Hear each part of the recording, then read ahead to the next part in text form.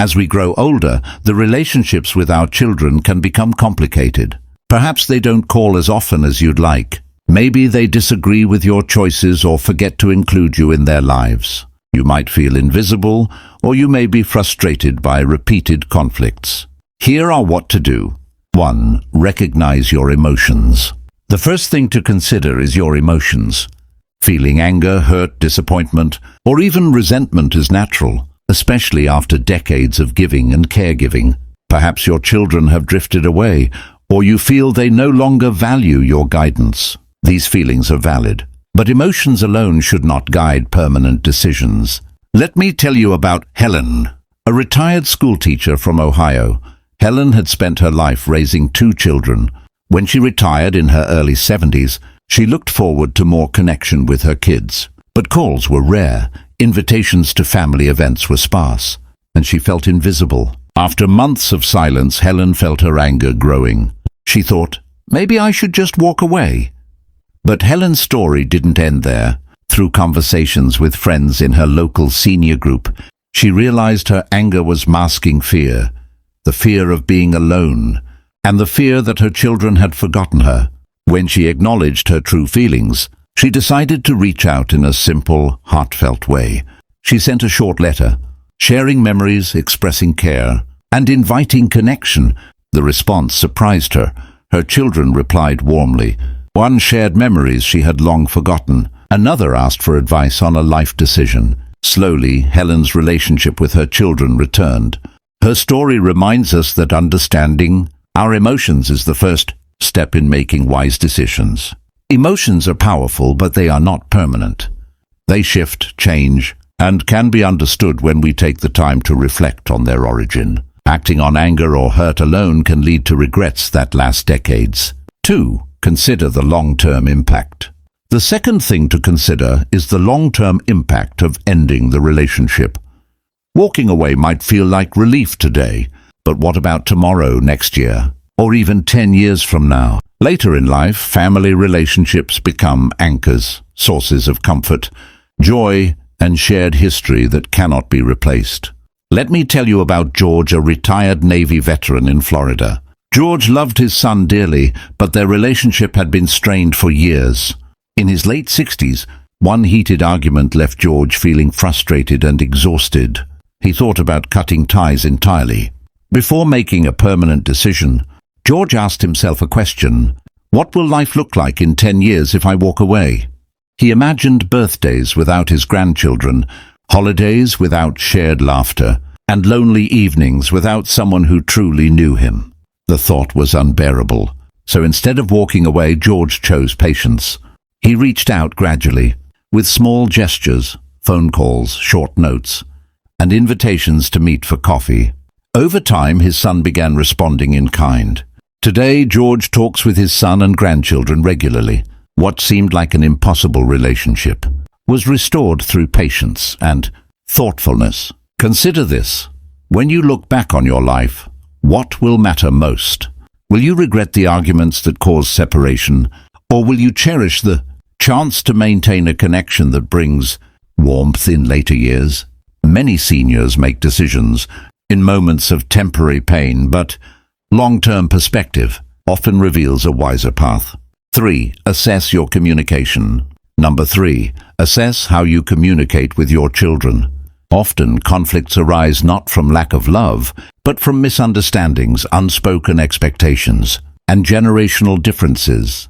Your children are adults with their own lives, experiences, and pressures, and sometimes our words fail to reach them in the way we intend. Clara, a grandmother of 3, felt her daughter did not respect her advice. She often felt ignored and unappreciated.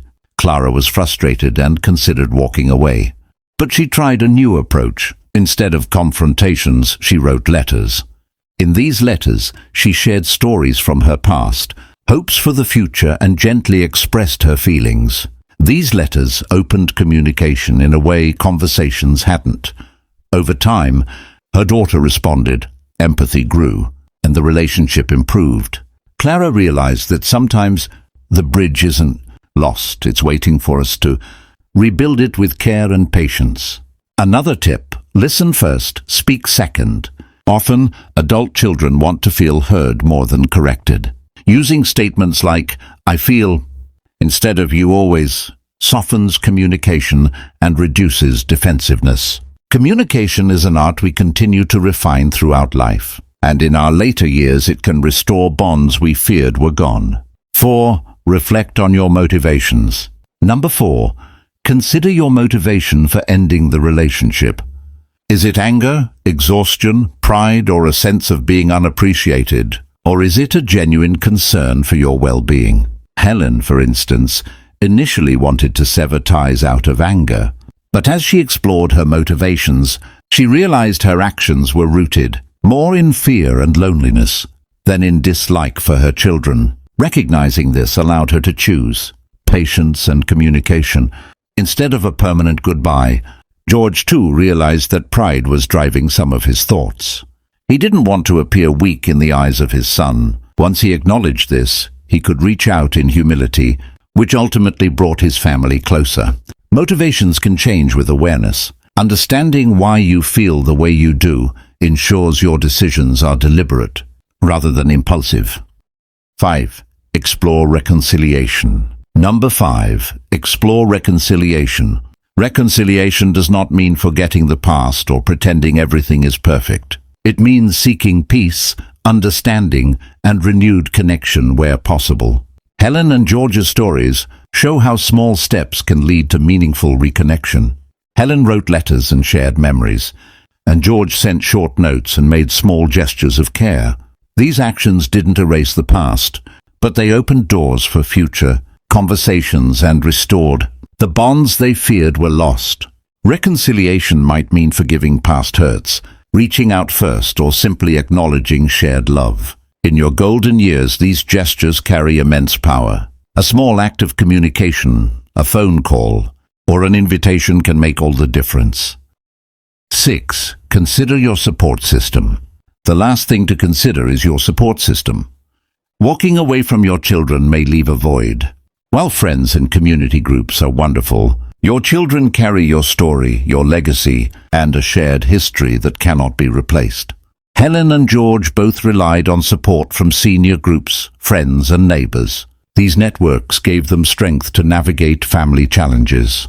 But the presence of children in their lives added a unique comfort, the knowledge that someone who truly knows them is still there. As seniors, maintaining these connections is part of caring for our emotional and social health. Relationships bring meaning, comfort, and joy, especially as we age. So let's revisit Helen and George. Helen, a retired teacher from Ohio, felt invisible and considered ending ties with her children. By recognizing her emotions, exploring her motivations, and reaching out gently, she rebuilt her relationship and found joy and connection once more. George, a retired Navy veteran in Florida, was ready to sever ties with his son after years of conflict. By thinking long-term, considering the future, and taking small steps, he restored communication and now enjoys weekly calls and shared family time. Both stories show us that even in later years, love, patience, and thoughtfulness can restore bonds that seemed lost. As seniors, we have lived through decades of joy, loss, and wisdom.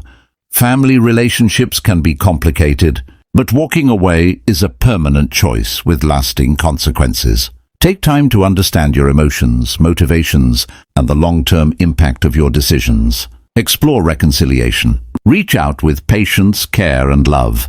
Now I want to ask you, which small step could you take today to reconnect with your children? Could it be a letter, a call, or simply acknowledging a shared memory? Share your thoughts in the comments. Like this video if it spoke to you, and subscribe. Join our community of seniors supporting each other through the golden years. From my heart to yours, I wish you peace, courage, and joy in your later years. Take care, my friends. Remember, it's never too late to nurture the bonds that matter most.